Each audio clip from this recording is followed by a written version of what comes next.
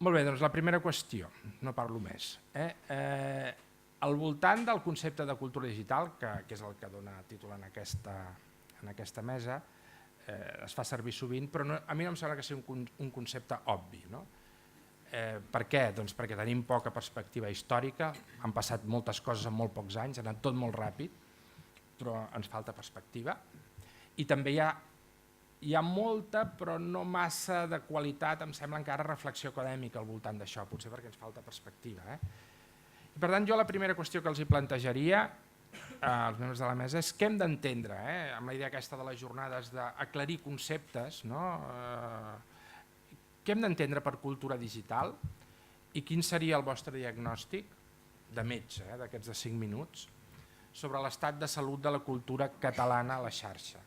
Us proposo que potser poseu el focus en l'àmbit una miqueta que coneixeu més a fons. Ernest?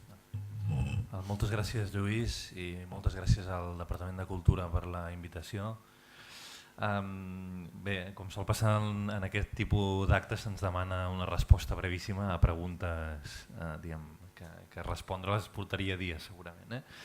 Però dit en titulars, jo sí que crec que, i abans de passar el diagnòstic, jo crec que cultura digital és bàsicament dues coses. És la que es pensa específicament per aquest canal i que hi ha molt poca gent que ho estigui fent. Segurament aquí a la taula, per exemple, el Vicent Partal és de les poques excepcions, és algú que ja ha pensat expressament continguts per a aquest canal, i és també la que té una voluntat trencadora. Per mi digitalització és igual a trencament, és igual a disrupció, i per això és una cosa que fa tanta por tantes vegades, i per això hi ha tanta resistència a les organitzacions públiques, privades, etc. a digitalitzar-se, sabent que ho han de fer, moltes vegades no ho fan.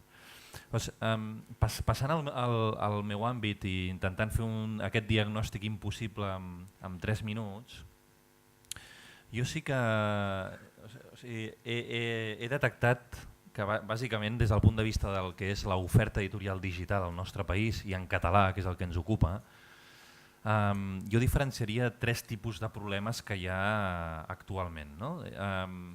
I de menys greu a més greu, segurament començaria pel primer, que és el preu. Hi ha una oferta a un preu que no és real. En aquests moments, aquesta primera oferta que es troba en el mercat és una oferta que en diem a preus polítics. No és el preu que demanda el consumidor, és un preu artificial posat en un despatx. I per això, si comparem el nostre mercat amb el mercat més desenvolupat del món, que és l'americà, veiem que el preu mig del Kindle d'Amazon en aquests moments està per sota de $3, a $2,95.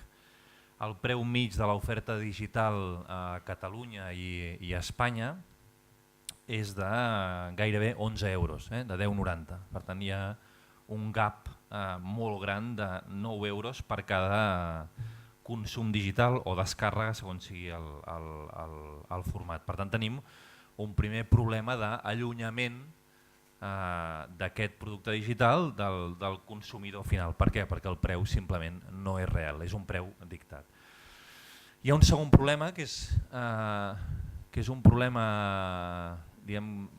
bastant obvi però difícil de resoldre, que és el problema del contingut no especialitzat. És a dir, en aquests moments el contingut que es comercialitza a Europa, a Espanya, a Catalunya, és un contingut que el digital no aporta res, és una pura fotocòpia.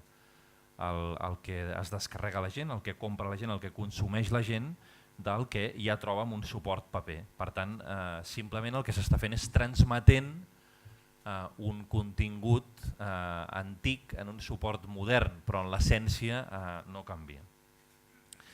I el tercer problema, que per mi és el problema clau, i és l'autèntica pedra angular sobre la qual s'assenten tots els projectes digitals a Europa en aquests moments, que és molt senzill, que és el de l'oferta.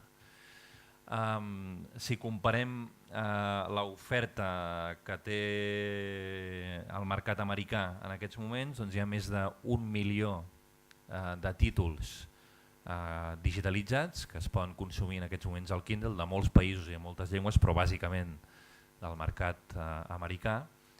I si agafeu la llista del New York Times, la llista més venuts, dels 20 títols més venuts, depèn de la setmana, però entre 18 i 20, és a dir, entre un 95 i un 100%, es troben a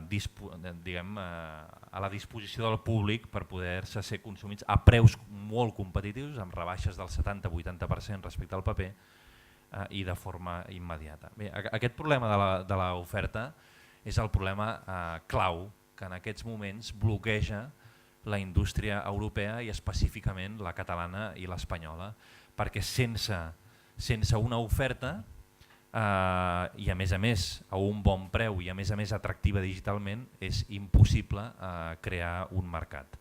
Llavors, què està passant a Espanya específicament i a Catalunya específicament?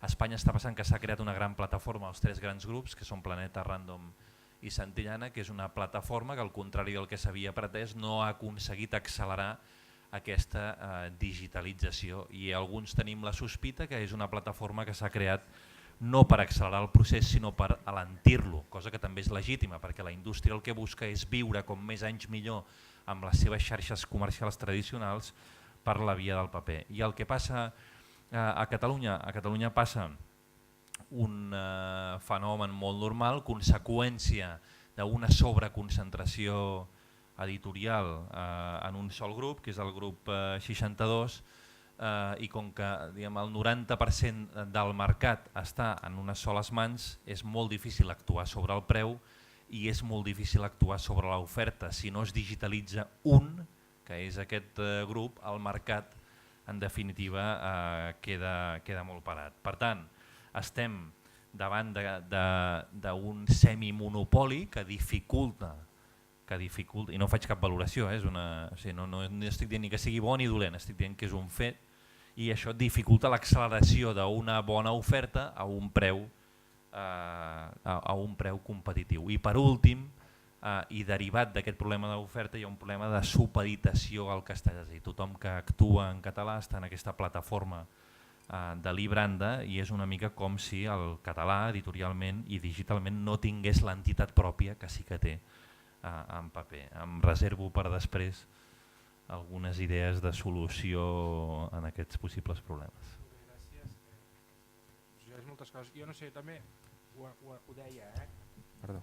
No sé si l'arribada d'Amazon pot canviar aquest escenari que dibuixes, i dos, em sembla que el grup Planeta ja finalment s'ha tret del cap aquesta plataforma i llença la Casa del Llibre, ara a la tardor, que realment ja és una aposta molt més clara, molt més directa, intentant imitar models com el d'Amazon. En tot cas, deixo la pregunta i si et sembla...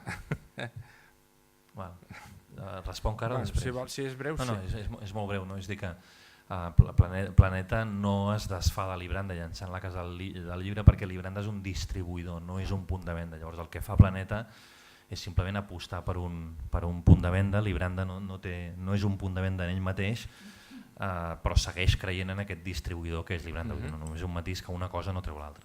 Molt bé.